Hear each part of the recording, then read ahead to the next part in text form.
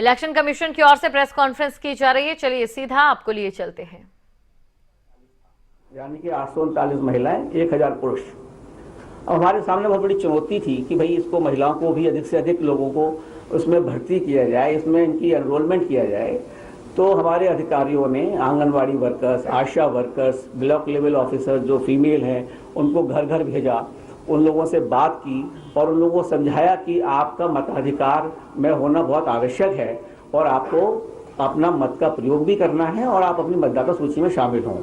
उसकी वजह से जो ये बढ़ा है 839 जो 2017 में था उससे बढ़कर ये 868 पहुंच गया है, जो कि 29 पॉइंट प्रति 1000 के हिसाब से जो बढ़ा है ये एक अपने आप में एक काफ़ी बड़ा वर्क है। और आप देखते होंगे कि जो पूरे शामिल हुए हैं उसमें 23.92 लाख पुरुष और 28.86 लाख महिला मतदाता हैं।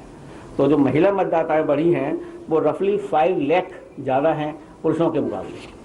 तो ये जो इस दिशा में काम किया गया है इसका रिजल्ट भी बहुत अच्छा आएगा, जो कि वोटर टर्नआउट जो मैं आपसे बाद में डिस्कस करूंगा उस पर भी इसका प्रभाव पड़ेगा और पूरा महिलाओं का इसमें पूरा योगदान रहेगा। ये हमारा एक अथक प्रयास है। और इसके बाद सभी डीओ को इंस्ट्रक्शन भी दे दिए गए हैं कि मतदाता सूची से जुड़ी शिकायतों का अगर किसी को 5 तारीख के बाद जो भी हमारा प्रकाशित होगा उसमें किसी की शिकायत रह गई है उसके बाद भी उसकी शिकायत को अटेंड करें और उसका तुरंत निस्तारण करें। सारे लोगों से हम लोगों ने जितने भी डिस्ट्रिक्ट मजिस्ट्रेट और डीओ थे सबसे पूछा है कि उन्होंने सभी पॉलिटिकल पार्टी के साथ मीटिंग की है, उन्होंने अवगत कराया है, हमको विश्वास दिया है कि सारी पॉलिटिकल पार्टी से मीटिंग हुई है, उनके मिनट्स बने हैं और किसी भी पॉलिटिकल पार्टी का कोई भी ऐसी शिकायत नहीं है जिसका कि निस्तारण अभी तक नहीं किया गया है। उसके बावजूद भी आदेश दिए गए हैं उनको कि अगर किसी की भी शिकायत आती है तो उसका तुरंत निस्तारण करें और उनके साथ मीटिंग करें। मुख्य निर्वाचन अधिकारी ने हम लोगों को ये भी अवगत कराया क्योंकि हमारा जो प्रयास है दिव्यांगजनों के लिए, सीनियर सिटीजन्स के लिए एक समाज कार्यक्रत है और आयोग उसमें चाहेगा कि उनकी भागीदारी पूरी तरीके से हो। तो अभी तक जो पोजीशन है उसके हिसाब से इस राज्य में 10,64,266 दिव्यांग मतदाता हैं और 80 वर्ष से अधिक आयु के जो मतदाता हैं वो 24,03,296 मतदाता हैं और 2,97,442 सर्विस मतदाताओं को भी आइडेंटिफाई किया गया है। सभी मतदान पूरी तरीके से एक्सेसिबल होंगे, जहां पर हमारे दिव्यांगजनों को कोई परेशानी न हो, जहां हर तरह से सुविधा दी जाएगी जिससे कि वे सहजता से मतदान कर सकें। ये हमारा दायित्व है कि जो हमारे बुजुर्ग हैं और जो हमारे दिव्यांगजन हैं उनको हम मतदान के लिए प्रेरित करें और उनको अधिक से अधिक मतदान कराएं।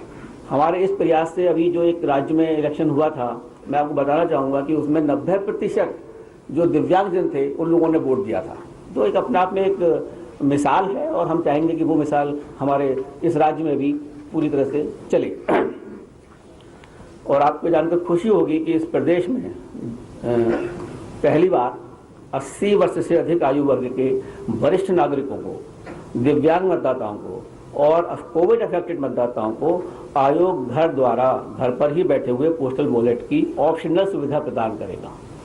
मतलब कि आपकी इच्छा है, हम जो आपको चाहते हैं कि आप आए हमारे पोलिंग स्टेशंस पे जो कि पूर्णतः आपके लिए सुरक्षित हैं, उसके बावजूद भी अगर कोई लोग नहीं आना चाहते, जैसे 80+ के आदमी हैं, अगर वो नहीं आना चाहते हैं तो ECI will go to their door step. ECI is at the door step of these senior citizens और दीज दिव्यांग persons and these persons who are absolutely covid affected. We will go to their home. लेकिन इसमें पूर्णतः पारदर्शिता बढ़ती जाएगी। कुछ political parties का थोड़ा सा कंसर्न था। मैं बताना चाहूँगा कि जो लोग भी इस तरह से अपने फॉर्म भरेंगे और जो इसमें आना चाहेंगे कि हम घर से ही वोट देना चाहते हैं, उनका नाम पॉलिटिकल पार्टीज को दिया जाएगा। जो हमारी टीम जाएगी उसकी वीडियोग्राफी होगी, टाइम बताया जाएगा। और ये भी मेंटेन किया जाएगा सीक्रेसी डिस्टर्ब ना हो, because ultimately it has to be secret ballot. So secrecy maintain रहे लेकिन साथ में पारदर्शिता हो और निष्पक्षता हो। ये एक बहुत बड़ी चीज़ है और चुनौती है जिसको कि हम लोग पूरा करेंगे और सभी लोगों को उसमें हम लोगों का सहयोग देना चाहिए कि अगर हम उनके घर पर जा रहे हैं, पहली बार इस तरह की सुविधा दी जा रही है। हालांकि बहुत से लोगों ने इसको नहीं लिया और उन्होंने कहा चूँकि ये तो एक पर्व है और हम लोग जाना चाहेंगे बूथ पर।